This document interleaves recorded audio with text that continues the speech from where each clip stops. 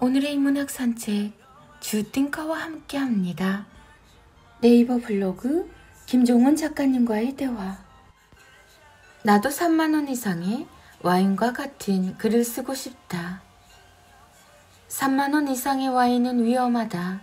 적어도 한국에서 3만원은 하나의 선이다.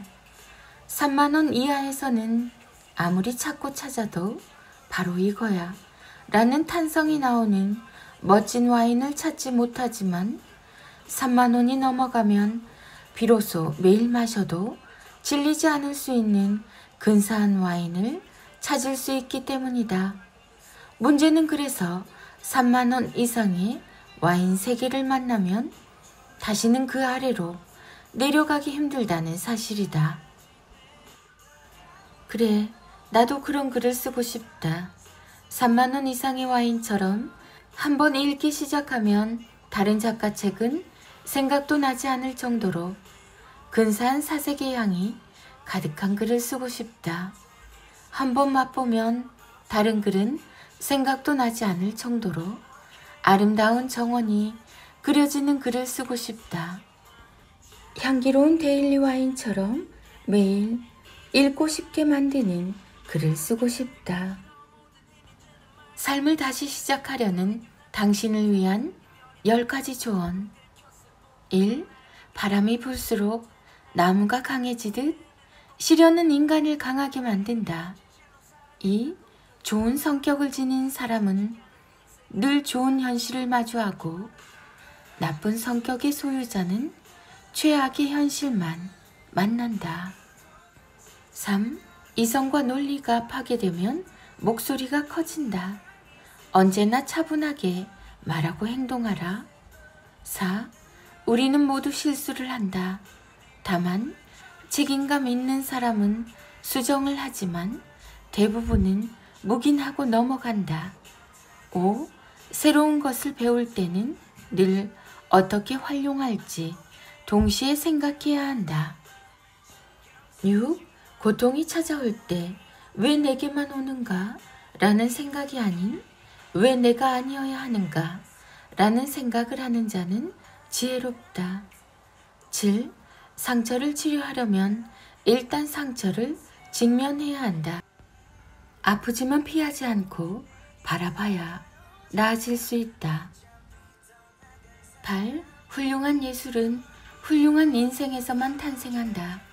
예술이 곧 그 사람의 인생을 비추는 거울임을 기억하라. 9. 인생은 짧고 지나간 시간은 돌아오지 않는다. 그러나 대부분은 이걸 모르는 사람처럼 하루를 소비한다. 10. 위대한 누군가의 일부가 되지 말고 아무리 작고 사소하더라도 그대 자신이 되어 살아라. 살면서 꼭 자신에게 해야 할 20가지 질문. 사람을 키우는 건 지식이나 음식이 아니라 질문입니다. 매일 근사한 질문을 자신에게 던질 수 있다면 그 질문에 맞는 사람으로 성장하게 되죠. 지금 여러분 자신에게 이 질문을 던져보세요. 요즘 어떤 시를 읽고 있나요? 지성과 나누는 나라는 시. 이 신이 당신에게 어떤 재능을 주었다고 생각하나요? 글과 함께하는 모든 나날들. 3. 당신의 하루를 판다면 얼마의 가격을 책정하겠습니까? 가격으로 도저히 책정할 수 없습니다. 4. 살면서 받은 가장 큰 벌이 있다면? 어리다는 이유로 도저히 어쩌지 못하게 일어나는 일은 내게 풀지 못하는 숙제를 안겨주는 듯 합니다. 5. 2시간 동안 할 수 있는 강연 주제가 있다면 우리가 살아가는 일상의 이야기들. 살아가는 이야기가 강연의 주제가 될 수 있도록. 6. 당신이 생각하는 좋은 사람의 기준은 무엇인가요?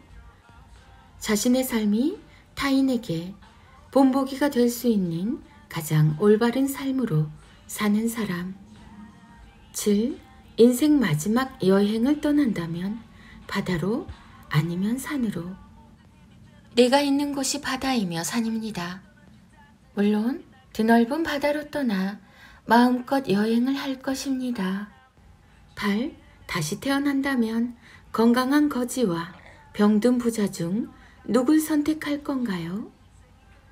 건강하면서 병들지 않는 정서와 내면의 영양이 풍성한 사람으로 살겠습니다. 9. 행복의 90%는 내 안에 달려있다. 10. 인간의 본능 중 가장 앞에 있는 건 뭐라고 생각하나요? 본능 중 가장 앞에 있는 건 자기의 생각. 11. 근육이 있는 탄탄한 몸과 적당히 마른 몸 중 하나만 선택하라면 근육이 있는 탄탄한 몸. 12. 사랑을 위해서 어떤 것까지 포기할 수 있나요? 내가 가장 가치 있게 생각하는 시간과 마음과 공간까지 함께 하겠습니다. 13. 불쾌한 일을 당할 때 당신의 반응은 마음이 속상합니다. 그리고 오랫동안 그것이 생각납니다. 14. 유행어와 신조어를 남발하는 사람을 보면 어떤가요? 그 말에 함께 동조하고 싶지 않아 그냥 바라봅니다. 15. 당신 마음과 꼭 맞는 사람을 만난 적이 있나요? 네, 있습니다. 16.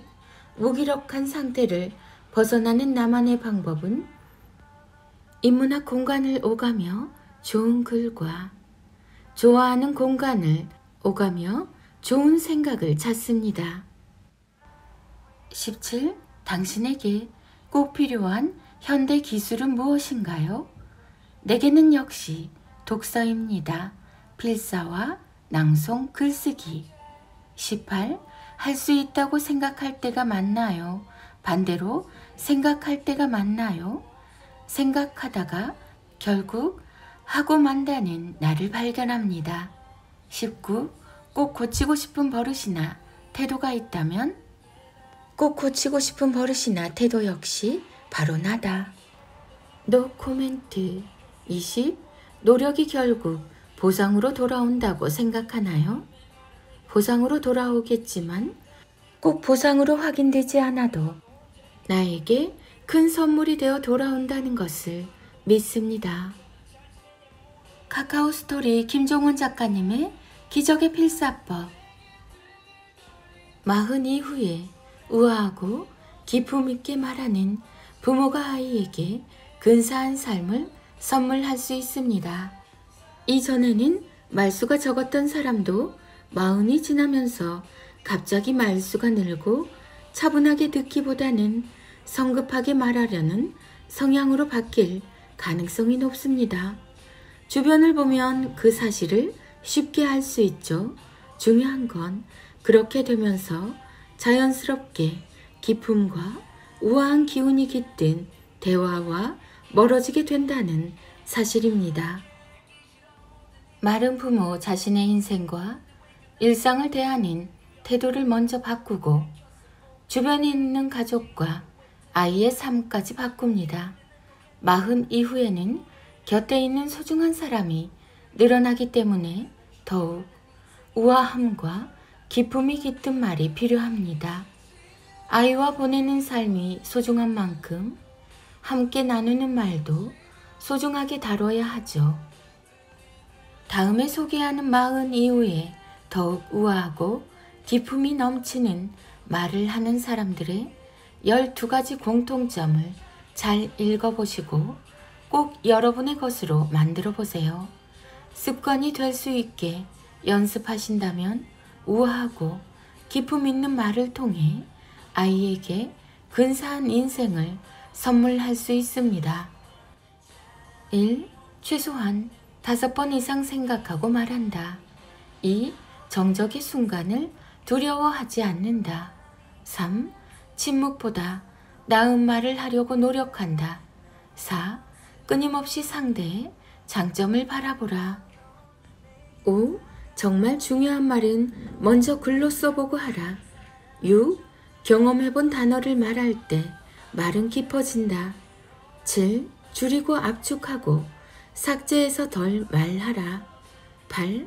설득하지 말고 설명만으로 끝내라. 9. 자신의 이유로 살면 저절로 말이 우아해진다. 10. 평가가 아닌 선물을 주려는 마음을 가져라. 11. 상대에게 가장 필요한 말을 가장 먼저 하라. 12. 모두가 현재 최선을 다하고 있음을 기억하라. 40 이후에 우리에게 주어지는 가장 큰 자유는 가족과 아이에게 전할 말을 우리가 스스로 선택할 수 있다는 것입니다. 이것은 한 사람의 인생을 결정할 수도 있는 매우 중요한 일입니다.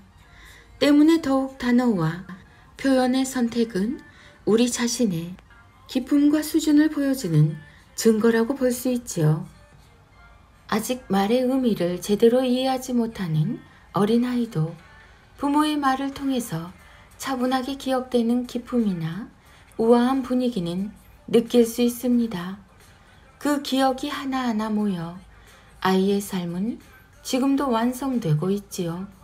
부모의 말은 아이의 삶을 조각하는 가장 섬세한 조각칼이라고 말할 수 있습니다. 그러니 위에 소개한 12가지 방법을 잘 기억해 주세요. 당신의 말이 당신의 가치를 보여줄 수 있도록. 띵컬 김종원 작가. 김종원 작가, 부모, 육아, 육아맘, 초등맘, 홈스쿨링, 책, 육아, 방학, 공부, 기품, 부모의 말. 아이들의 낭송이 이어집니다. 인문학의 대가 김종원 작가님의 하루 한 장 365 인문학 달력. 네가 어디에서 무엇을 만들고 있든 그것을 충분히 사랑하고 있다면 그 과정과 결과를 걱정하지 말자. 내가 그것을 사랑할 시간이 너를 따뜻하게 지켜줄 테니까.